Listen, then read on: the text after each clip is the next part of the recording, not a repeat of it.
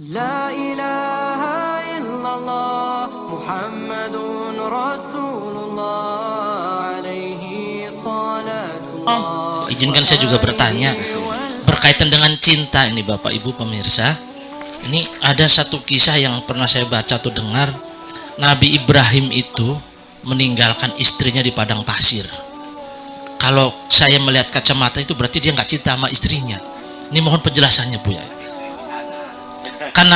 Karena apa ini kisah? Kalau ditinggalkan, apa karena tidak tanggung jawab, atau karena tidak cinta, atau seperti apa?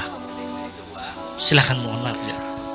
Begini, jadi Nabi Ibrahim ini kan salah satu seorang nabi yang pertama kali bisa mendeskripsikan ketuhanan secara sempurna.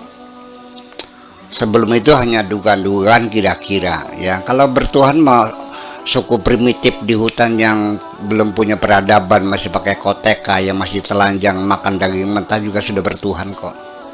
Ya, karena mereka ini mesti ada di luar kekuatan, di luar alam ini. Ya, kadang-kadang halilintar menyambar, akhirnya rumahnya terbakar, kemudian melihat binatang buas, sungai yang deras, akhirnya kan kadang-kadang akhirnya ini Tuhannya nih, sungai ini, matahari menjadi Tuhan, bulan dan sebagainya. Tetapi pokoknya bertuhan semuanya. Saya tidak mempersoalkan apapun Tuhannya, yang penting ada kekuatan yang luar biasa. Nah, itu beragam sekali. Nah, Nabi Ibrahim ini adalah orang yang telah mampu mendeskripsikan, menjelaskan, menguraikan ketuhanan secara sempurna. Makanya kita sendiri termasuk milad Ibrahim. Kita ini termasuk pengikut Ibrahim. Karena Nabi Muhammad sendiri ajarannya itu harus mengikuti milad Ibrahim. Makanya fattabi millata Ibrahim hanifa.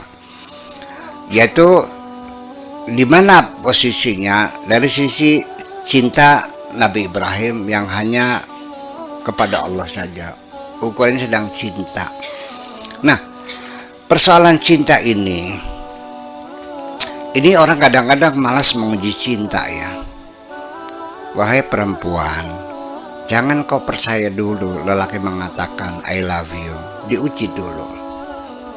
Kamu juga sama, ada perempuan mencintaimu, diuji dulu dong sejauh mana cintanya. Karena bagaimanapun juga harus kau ketahui bahwa ketika engkau sudah menyatakan cinta dan Allah sudah menerima cintamu, satu yang ketahui, Allah itu maha cemburu. Perempuan yang sangat mencintai suaminya, percaya nggak, melirik aja dia marah. Apa yang melirik kamu?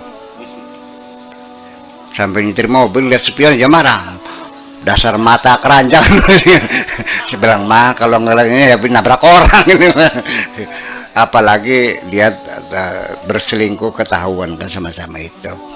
Maka ketika hati kita ini terjadi penyelewengan, ada apapun selain Allah yang kita cintai, percayalah Allah maha cemburu.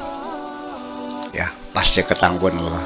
Nah, untuk ternyata dari perilaku sehari-hari Nabi Ibrahim ini sayang banget sama Ismail nih, ya kan?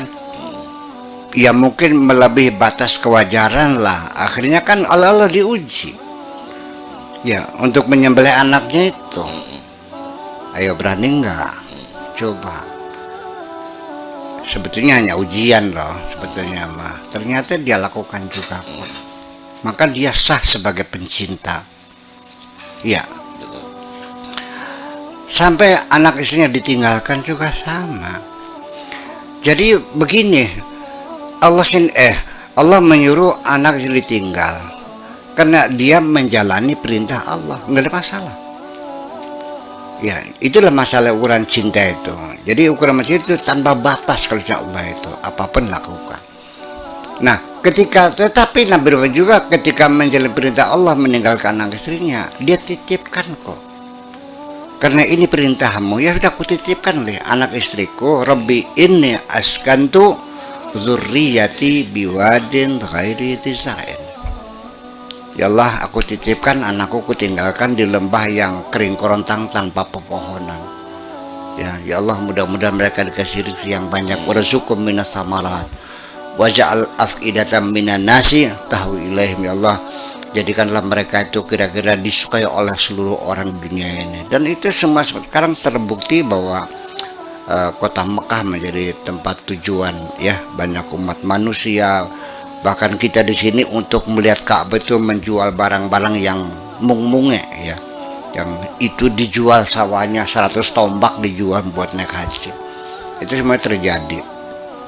Kemakmuran di kota Makkah, di kota Madinah yang luar biasa itu karena titipan ini. Jadi artinya bahwa ketika kita itu yang cinta itu satu, nggak ada dua tuh. Nggak mungkin sini cinta nggak mungkin. Mustahil. Kalau orang punya dua lobang, di hatinya ada lobang, itu namanya munafik. Nifak itu kan lobang, artinya berlobang. Sini bilang senang, bilang senang. Yang senang mana? Dua-duanya nggak bisa. Nah itu makanya jadi selain Allah tidak ada yang dicintainya. Sehingga ketika yang menyuruh adalah yang di kekasihnya, maka semuanya ditinggalkan, nggak ada urusan. No way ya. Nggak ada jalan lain. Ya itu kita laksanakan.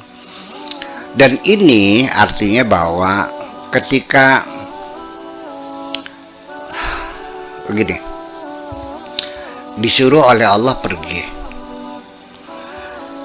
kemudian dia tinggalkan, dia titipkan, mungkin saja yang dititipkan kepada Allah kan bertanya, kepada siapa engkau titipkan?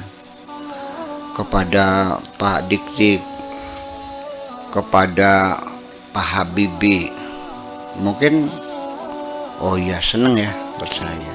Tapi kalau saya titipkan kepada Allah, nyengir. Nanti makanya dari mana? Di situ kita masih bimbang sesungguhnya, masih khawatir nggak dikasih makan.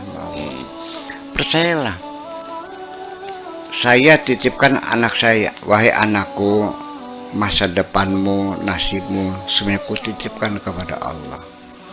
Kalau akidahnya nggak jelas, dia mau nangis seperti dibuang, betul nggak? Tapi sudah saya titipkan ke Bapak Presiden, waduh seneng banget, betul nggak?